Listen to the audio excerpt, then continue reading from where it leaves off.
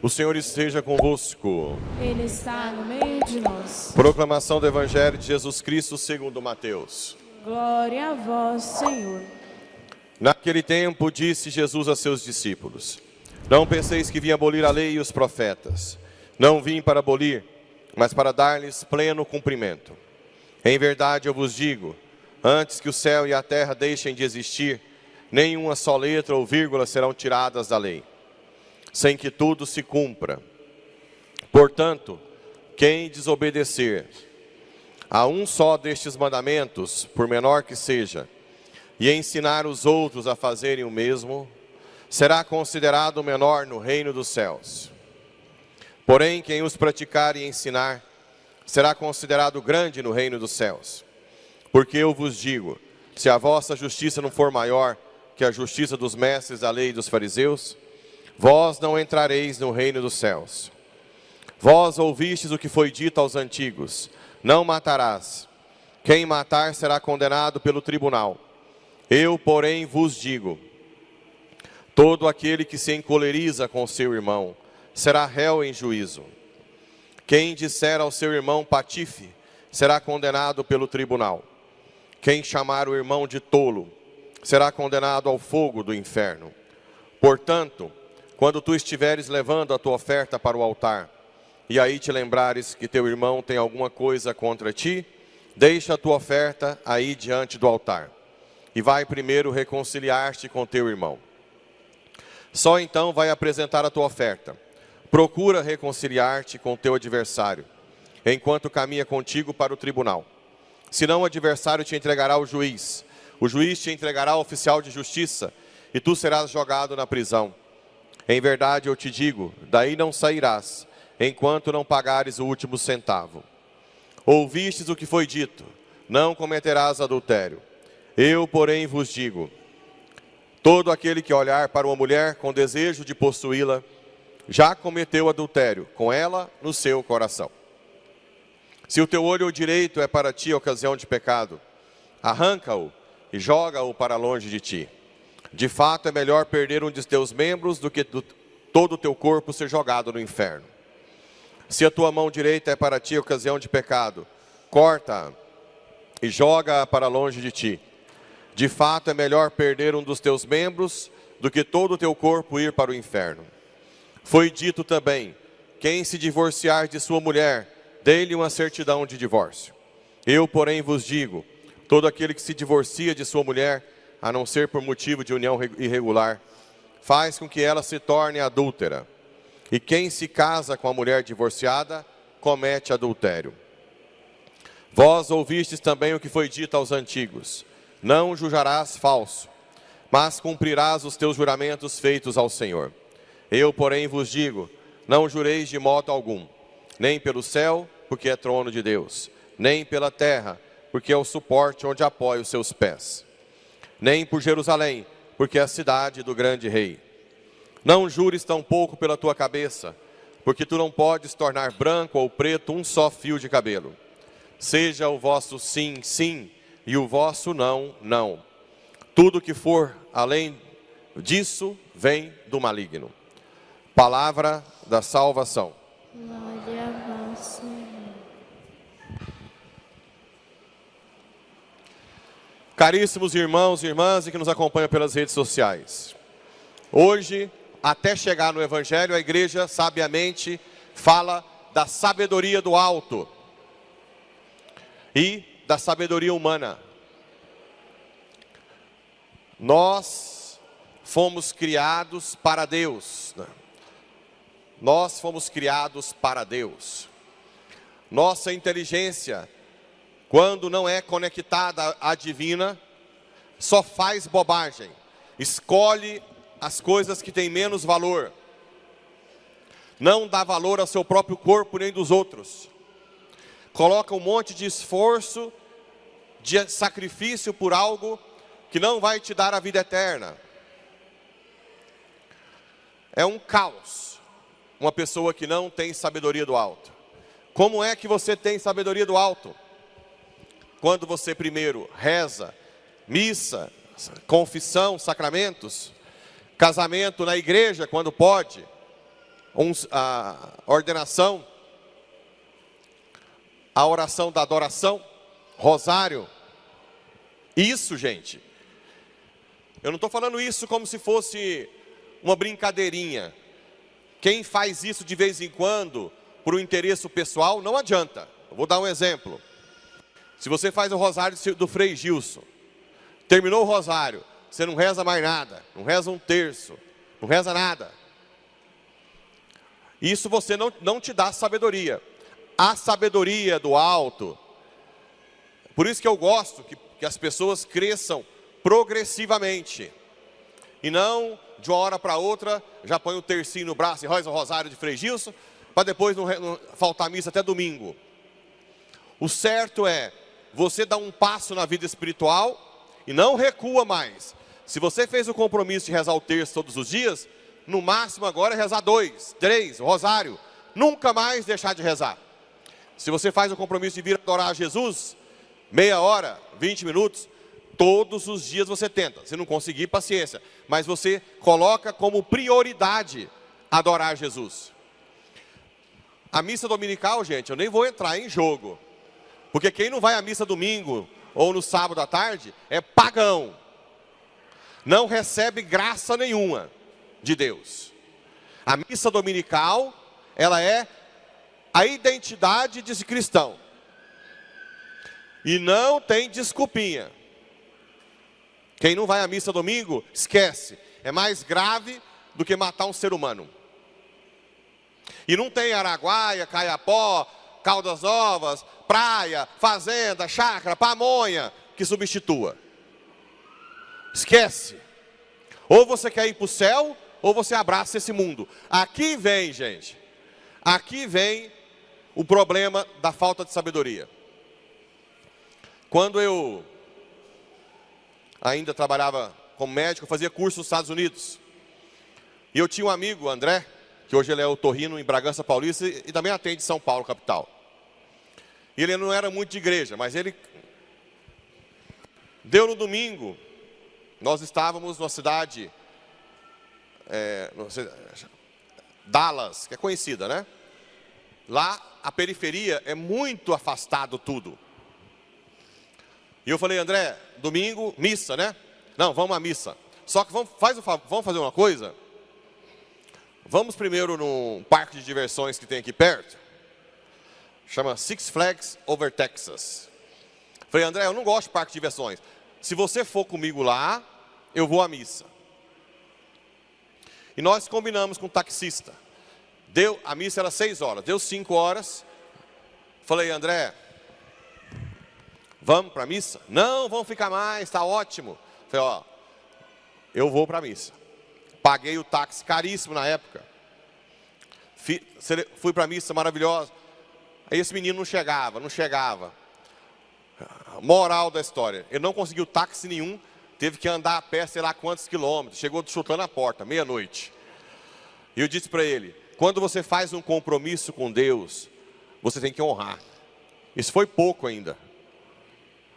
Quando você não vai à missa domingo, gente, vocês têm filhos fora, netos, que estão sujeitos a acidentes, roubos com maltratos, assassinatos, é ou não é? Tráfico de crianças. Agora eu pergunto para vocês, olha para vocês verem a falta de sabedoria que nós vivemos. Você com 10 reais na conta, e você com 1 bilhão na conta, muda sobre os seus filhos e netos que estão rodando por aí? Você consegue dar segurança a eles? Aí você trabalha, acorda 4 horas da manhã para ir colher soja, chega 10 horas da noite, até passa a noite, e falta a missa domingo. Aí seu filho é roubado e assassinado, sua filha é espancada, abusam dos seus netos. Você tem um acidente, fica estrupiado até morrer. E depois vem reclamar de Deus. Se você optou pelo mundo e não por Ele, como é que a sua família vai ser protegida? Como é que você vai fugir da ação de Satanás? Eu vi um exorcista falando, que ele fez uma pesquisa, 80% dos acidentes são por ação de Satanás, de pessoas que não rezam. 80%. 20% são... Também nós temos que morrer de acidente em algum ou outro que reza, né? Certo? E vocês, por exemplo, passa o dia inteiro, faz negócio aqui, e trabalha, e sei lá o quê, a dona de casa fica lá arrumando, e não reza um terço. Como é que você quer que sua família seja protegida de todo o mal, se você não reza um terço por dia? Você não lê 5 minutinhos da Bíblia? Passa na frente, perto da igreja, que não vem visitar Jesus. Como é que você... Por isso que eu falo, gente, a falta de sabedoria, isso é um dos motivos. Sem contar que Deus é esperto. Ele colocou o desejo de felicidade no coração do homem infinito para chegar até Ele. Não existe gente feliz sem Deus. Existe um monte de barata tonta que fica tentando saciar seu vazio. Compra um carro, troca de carro, compra chácara, compra fazenda, vai lá e vai para um canto e vai para o outro, viaja para Maldivas. O que eu conheço de gente empresário que ficou rico, que não consegue ficar 3 dias longe do trabalho.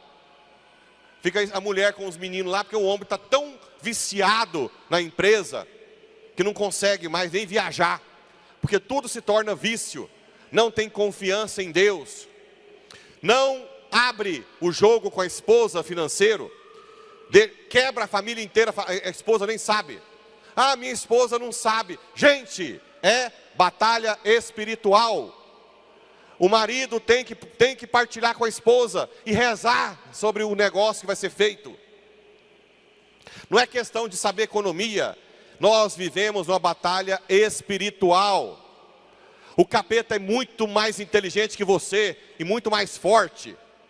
O que nós temos para combater são os anjos e os santos que Deus manda para quem reza. Olha a falta de sabedoria que nós vivemos. Aí fica tentando tapar o buraco, né? E compra, e vai para a chácara, empurra a família toda para a chácara, tem que ir para a chácara. A esposa vai um final de semana, vai 2, vai 3, os meninos, logo ninguém aguenta mais chácara. Mas o homem quer que vai para a chácara, e junta os trem tudo e leva para a chácara. Tudo que estraga, é fogão de 2 cores, é sofá de 2 tipos, vai juntando tudo na chácara. Olha a loucura, ao invés de buscar a caridade, a doação, procurar quem precisa, rezar. A falta de sabedoria deixa você barata tonta, de bicicleta ou de Dodge Ram. Ou sei lá o que você tem aí, de carro importado, né? Porque falta sabedoria. Quem não tem sabedoria não busca as coisas do alto. Fica tentando preencher o vazio que nunca vai ser preenchido. Caça tudo. Prazer. O prazer não vai te fazer feliz. Você que está no adultério aí, pulando cerca, na fornicação, tendo relação sexual no namoro. Aquele prazer sexual momentâneo passa rápido. Você fica viciado. Por isso que tem um homem bobo aí que dá o dinheiro tudo para a mulher. A mulher arranca tudo dele, porque você fica cego. Além de você ficar vazio, nunca vai ser feliz. A família vai ficar com ódio de você, você vai morrer e ficar estrupiado aí, abandonado. E depois o inferno. Isso é loucura. Isso é falta de sabedoria. Eu visitei o cemitério aqui de Bom Jesus agora essa semana para rezar lá para as almas. Vi um monte de mausoléu bonitão. Mas muitos que estão ali, se pudessem voltar aqui em Bom Jesus, aqui na igreja, eu queria que viessem as 2 almas só, que estão no inferno. E gritar para vocês aqui, loucos, loucos, não venham para onde eu estou, eu nunca mais vou sair daqui. Nossa Senhora de Fátima mostrou o inferno para os pastorzinhos. Francisco rezava 24 horas o terço, de medo para não ir para o inferno, e não querendo que ninguém vá para o inferno. Olha o rico e Lázaro, deixa eu voltar lá para os meus irmãos não virem para cá. Não, eles têm os profetas.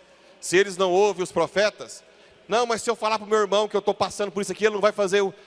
Porque morre um irmão e vem os outros irmãos acordando 4 horas da manhã para ir plantar, para colher, para mexer com gado, para ir lá no apartamento, para pegar aluguelzinho, e nada de igreja. Nada de igreja. Outra coisa, gente, é só vocês virem, eu não conheço ninguém aqui, não é indireta para ninguém, mas pega os poderosos de Bom Jesus que não iam na igreja, o fim de vida que eles tiveram. Eu duvido que tem um fim de vida que presta. Duvido. Só desgraça, só briga, só transtorno na família, separação, crime, pecado, desespero. E não estou falando nem do inferno ainda, né? Eu não estou falando nem do inferno. Nem do inferno ainda. A falta de sabedoria. E agora ainda vem a nossa consciência da nossa limitação. Uma das coisas que Deus me pegou para eu virar padre é mostrar a limitação que eu tenho. Quando eu estava rezando o terço, eu comecei Nossa Senhora começou a mostrar o tanto que eu sou nada. Um dia, na minha conversão, um filho de uma amiga da minha mãe estava laçando e perdeu o polegar da mão direita no laço. E ela me ligou, chorando e tal. E eu fiquei o dia inteiro meditando. Nesse dia, eu fui a pé para o hospital. Aí eu olhei para minha mão assim e falei, peraí, se eu perder o polegar da mão direita, como é que eu vou operar? Como é que eu vou fazer exame? Quem vai confiar em mim? E para escrever? Alguém já viu minha letra por aí? Já é feia. Imagina eu escrevendo, eu ia ter que aprender a escrever com a esquerda. Pensa, o desastre que seria. Aí eu pensei o dia inteirinho assim, gente, eu estudei 9 anos, 6 anos de faculdade, 3 anos de residência. E um polegar acaba comigo. Aquilo me dava medo no início. Hoje eu já sei que eu sou um nada mesmo, não dá medo mais não. Porque se virar um cocô, pelo menos está encaminhado para ir para o céu, espero, né? Mas o dinheiro ilude. Você compra um jatinho, você entra naquele jatinho só seu. Você acha que você é grande coisa. Mas quando o jatinho cai, você vira um toquinho de cigarro. Você não pensa isso. Você é muito frágil. Essa fragilidade aqui é a mesma na Dodge Ram, no jatinho, no Porsche Cayenne. Não muda nada. Steve Jobs morreu com tumor de pâncreas, o mais leve, o tumor neuroendócrino. Não é mais leve, não. O segundo mais grave, né? O dono da Apple, Michael Schumacher, esquiando, o homem mais títulos e dinheiro na Fórmula 1, esquiando, está há décadas na cama. Gente, isso é sabedoria. Eu não estou falando mal dessas pessoas. Estou dizendo que a sabedoria me fala todo dia. Você é eu ia falar uma palavra mais pesada, mas hoje é de criança. Você é o cocô da galinha. Você é o cocô da galinha. Você é o cocô da galinha. Você é o cocô. 24 horas. Você só é alguma coisa diante de Deus. Você só é alguma coisa se você se entregar a Deus. Você não serve, você não é nada. Você vai ser comido pelos vermes. Eu tenho aqui, 24 horas a minha inteligência me dizendo, não se iluda com esse mundo. Acorda. Não se iluda. E tem gente que larga tudo da igreja para juntar dinheiro para os negócios, para uma festinha de 15 anos, para uma pamonha. Eu não sei mais assim o que dizer, porque o que nós estamos passando de crise, só de tráfico de crianças, foram 50 mil crianças traficadas no Brasil, que foram roubadas, fora tráfico de adultos. Só de aborto, são 55 milhões no ano, subnotificados, né, no mundo. E todo mundo, pilates, academia, aí acorda às 5 horas da manhã, não é? Dizem que, eu não fui na academia ainda não, quero fazer academia. Mas até hoje eu priorizei Deus, né? Eu não priorizei, mas eu quero ainda. Não é ruim fazer academia não, é bom. Mas dizem que 5 horas da manhã está lotado. É mentira? Hã? Sabe o que vai ser feito do seu corpinho? Se você só cuidar dele, o vermezinho vai comer. Quem sabe vai até ter uma carninha maior para os vermes. Né? O seu Pilates, que também troca a igreja. Repito, não são coisas ruins. Faça Pilates, é bom. Academia é ótimo, deve fazer. Você não ficar tirando foto do espelhinho para ver se está com músculo, né? Bota uma tapa de cavalo, de carroça, você não ficar olhando no espelho. Você está lá para melhorar a saúde, não é isso? Agora, você ir para a academia, você ir para o Pilates e não rezar, meu filho, é o pior investimento da sua vida. Gente que está investindo em fundo de ações. Na fundo de ações, sei lá o que mais, apartamentos em Goiânia, e não é dizimista e não ajuda os pobres. Tudo isso vai servir para sua condenação eterna. Não estou falando que é ruim você investir. Estou falando que se você investe, só quer juntar dinheiro, você está no sal. Porque a frase mais forte do Evangelho: ou amarás o dinheiro, ou amarás a mim. Ou odiará o dinheiro e me amarás, ou me amará e odiará o dinheiro. Não é odiar o dinheiro no sentido literalmente, mas é o desapego. O dinheiro tem que estar submisso à caridade, ao seu desejo de ajudar o próximo. Isso sim, isso é falta de sabedoria. E aí, com a sabedoria do alto, você consegue entender o Evangelho, né? Se o olho te faz pecar na cobiça, arranca o olho. Arrancar o olho é você lutar contra a cobiça da alma. É você rezar mais, pedir para Deus tirar aquela tentação. O adultério é a maior loucura que você faz. Você destrói sua alma, sua família inteira, por um prazerzinho momentâneo, por um afetozinho que depois vai te levar ao inferno, e nunca você vai ser feliz de verdade. Nunca. A fornicação e tudo mais. Aqui também fala de alguém que é contra você, de você primeiro reconciliar-se com seu irmão. Senão você vai ser preso até pagar o último centavo. Isso aqui é uma passagem que serve para o purgatório. Que fala de juízo e que você paga e depois sai. O inferno você não sai mais. Então, para os protestantes que falam que não tem purgatório, essa passagem aqui, ela é bem contra, né? Como é que você vai pagar no inferno e sair? Você não sai. Mas se você tem mágoa de alguém que você emprestou dinheiro, seu compadre, o seu amigo, e não te pagou, e você está com raiva, mágoa. De vez em quando eu atendo mães falando: meu filho perdeu o padrinho, a madrinha, porque emprestou dinheiro. Se você empresta dinheiro, meu filho, já é sabendo que pode não receber. Primeiro, o pecado da usura, de pegar juro de agiota, é pecado grave, viu? Juro, você ficar emprestando dinheiro a juro de agiotagem, é pecado grave. É o pecado da usura. Vai na internet depois e pergunta lá: pecado da usura na Igreja Católica. Tudo bem, receber, eu não sei o que é justo, tem que ver, né? Até 2% talvez seja justo por correção. Até aí tudo bem, mas o resto é usura. Mas se você empresta um dinheiro, você já tem que saber que a pessoa pode não conseguir te pagar. Então já empresta o tanto que, se você perder, não vai fazer tanta falta.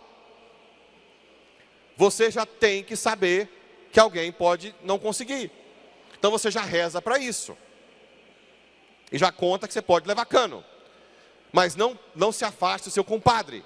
Não se afaste de quem você emprestou, do seu amigo. Não é isso? Reze. Reze por ele. Peça para Deus para te dar o dom do perdão. Adultério, divórcio. Fala que quem casar com a mulher divorciada é adultério. Essa questão do segunda união, gente, é o seguinte: o casamento rato e consumado, aquele casamento de verdade, ninguém pode anular. Um casamento que houve por liberdade, duas pessoas livres, que querem morar juntas para sempre, casou na fidelidade sem mentira e teve relação sexual, consumou, esse casamento não se dissolve. Mas acontece, o Papa Francisco falou uma coisa interessante. Hoje, quase ninguém sabe nada de doutrina de matrimônio. Casa sem saber nada. Muitas vezes muitos padres não falam a verdade. Os catequistas não falam nada. Os pais não ensinam nada. Os católicos amigos não falam nada. Aí a pessoa casa, não sabe nem o que está fazendo, separa. Pois casa de novo, tem filho, aí se converte. Converte no meio do caminho e se vê numa situação de irregularidade.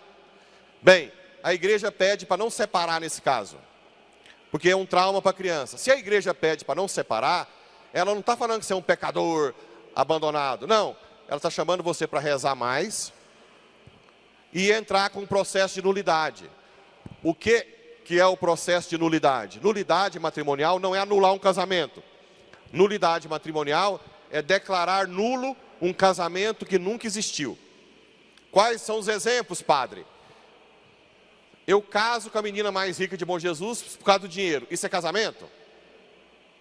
Hã? Ou então, engravido a namorada e me sinto pressionado a casar. Ou então o sogro me chama para conversar, tomar uma cervejinha, né? Escondido, ninguém está sabendo. Aí o sogro fala assim: meu genro que eu gosto tanto, inclusive eu gosto de você vivo, né? Basta você agora assumir minha filha e tudo vai ficar normal. Não, na hora do casamento aqui, você quer casar? Quero. Mas ninguém sabe o que teve por trás, né? Ou então casa, tem filho fora e não conta. Já teve relacionamento fora e não conta. Tem um problema psiquiátrico e não conta. É estéril e não conta. Se contar, vale. Mas já sabia que era estéril antes. Se descobrir depois, não tem problema. Mas se sabe que é estéril antes e não conta, você não sabe com quem casou. Ou tinha relacionamento durante o casamento com outras pessoas. Tudo isso declara nulo o matrimônio. E mais outras coisas. Entenderam ou não? Hã? Então a igreja vai investigar se houve um casamento de verdade ou não. Se não houve um casamento de verdade, ela declara nulo e você pode casar pela primeira vez, porque o outro não existiu. Ok? Agora, se você não tem filho, está com segunda união, repensa a sua vida, a não ser que não tenha relação sexual. Ah, padre, eu acompanho casais de segunda união, jovens que não têm relação sexual para poder comungar. Ou então tem casal que vive e já não tem relação sexual mesmo, já estão idosos. Aí pode confessar e comungar. Antigamente, não podia no local que ele mora, para não dar escândalo. Hoje o Papa Francisco diz, quem vive sem, na igreja, né? Sem relação sexual na segunda união, pode comungar, inclusive na sua paróquia. Pode confessar. Entenderam mais ou menos ou não? Ah, e o que é que eu faço quando eu não posso comungar? Faz a comunhão espiritual. A comunhão espiritual é falar, Senhor, eu te recebo no meu coração. Tem gente que fala assim, não, isso é bobagem. Não, eu tive um caso, que hoje já casou na igreja, deu nulidade matrimonial dela, que ela não acreditava em mim, achava que eu falava comunhão espiritual para ficar livre dela. Não, ela teve uma experiência mística. Ela foi fazer a comunhão espiritual e começou a entrar em êxtase. E ela me escreveu pedindo perdão. Padre, eu recebi a graça de Deus na comunhão espiritual. Então não precisa achar que você não recebe nada. Recebe sim. Principalmente se você já sabe que o seu primeiro casamento foi nulo. Tudo bem? Entenderam ou não? E os casais de segunda união só não podem comungar até resolver o problema. Mas pode participar de tudo. Pode fazer leitura, participar das pastorais, pastoral familiar. Pode. Ah, é escândalo. Não. Simplesmente está aguardando regularizar. Tudo bem? Não precisa se sentir excluído da igreja. Agora, por favor, namorados, rezem, vivam a castidade. Ah, mas a igreja é retrógrada. Não, se depois do casamento você tiver um acidente e ficar na cama, logo depois do casamento, e nunca mais tiver sexo, o que você vai fazer? Entregar de volta para os pais? Você não vai ter capacidade de viver a castidade, porque você não treinou no namoro, você não reza. O celibato não é natural, o celibato é sobrenatural. O padre que não reza, cai. Todos. Padre que não reza. Ah, mas tem padre que não reza? Tem. Muitos. Rezar a vida sozinho, né?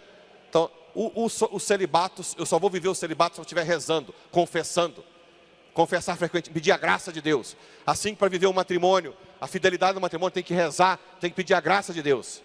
Para ser um bom pai, tem que rezar, pedir a graça de Deus. Um bom esposo, larga de maltratar a esposa, falar da patada, falar mal da esposa, ou vice-versa, ou achar que você ganha dinheiro, a esposa não é nada. Dona de casa, 1 milhão por dia é pouco. Primeiro que é o trabalho de Nossa Senhora. E depois porque ela que rege a casa inteira, seus filhos. Isso não tem preço. Rezem juntos. Ao invés de falar que você é feia, você é enjoada, você é gorda, já ouvi tanto, né? Se você não dá conta de elogiar, lá, amarra a sua língua. Até aprender a dizer, eu te amo, você importa. E emburrar. Eu já peguei, atendi uma mulher que o marido estava emburrado há 3 meses. Quase que eu mandei colocar laxante na comida dele. Até ele pedir perdão lá no banheiro e falar assim, vai ter que conversar com você 1 hora, né? Vocês têm... Eu estou brincando, viu? Eu acho que se eu fosse mulher eu faria isso, mas não quero que vocês façam isso não. Porque o cara ficar 3 meses emburrado é para acabar. Dentro de casa, os filhos vendo uma pouca vergonhice dessa. Então, pelo amor de Deus, gente, reza, fala coisa boa. Chegou do trabalho, eu te amo, você é importante para mim. Meus filhos, eu te amo. Põe as mãos sobre a cabeça dos seus filhos. Põe a mão na cabeça do seu marido, da sua esposa. Leva água benta, joga no homem enjoado. Leva no homem que está pulando cerca aí, joga água benta nele. Uma hora vai...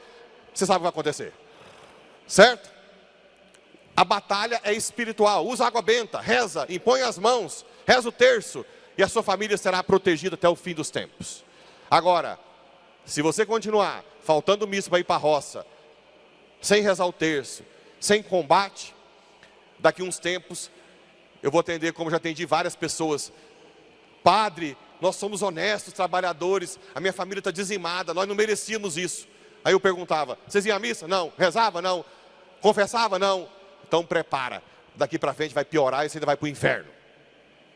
Que Nossa Senhora dê juízo, para que vocês tenham a sabedoria do alto. Vocês nasceram para o céu, para a glória, não para esse mundo que passa rápido.